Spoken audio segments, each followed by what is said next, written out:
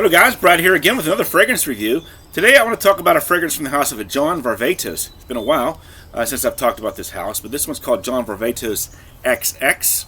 And inside the card you can see the bottle. It looks really nice, black with some silver cap, and like a little medallion hanging there. So as usual, John Varvatos makes really nice bottles, and this one's no exception to that.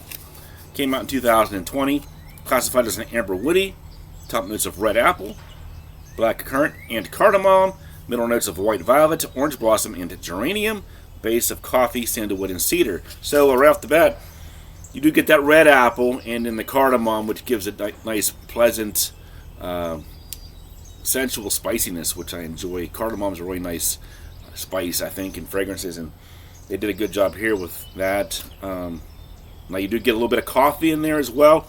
That's why I think some people say this one is a bit similar to Polo Red, because of the red fruit combined with the coffee. So if you smell Polo Red, you might know what they're talking about. But it's not a Polo Red clone by any means. There's also some other things going on here. I also pick up on this distinct like fresh laundry feel. I think that might be the white violet. Maybe gives it a bit of a lavender effect. So it just kind of smells like fresh, clean, straight out of the dryer, kind of a cleanness as well. And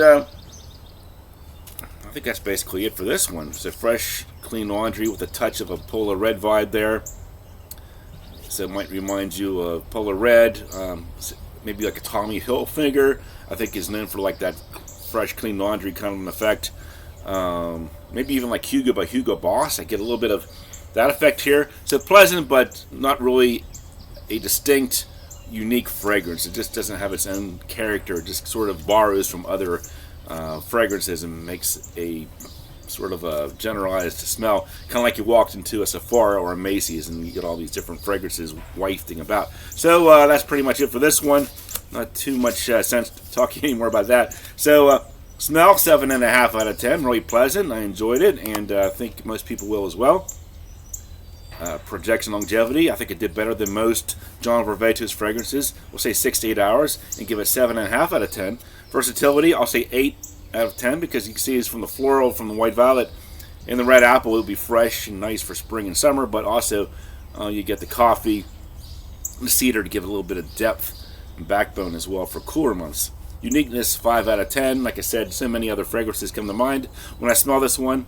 Fragrance Net has a 4.2 ounce bottle for $42.83. So a big, large, pleasant bottle for less than $50. Can't really beat that for what you're getting here.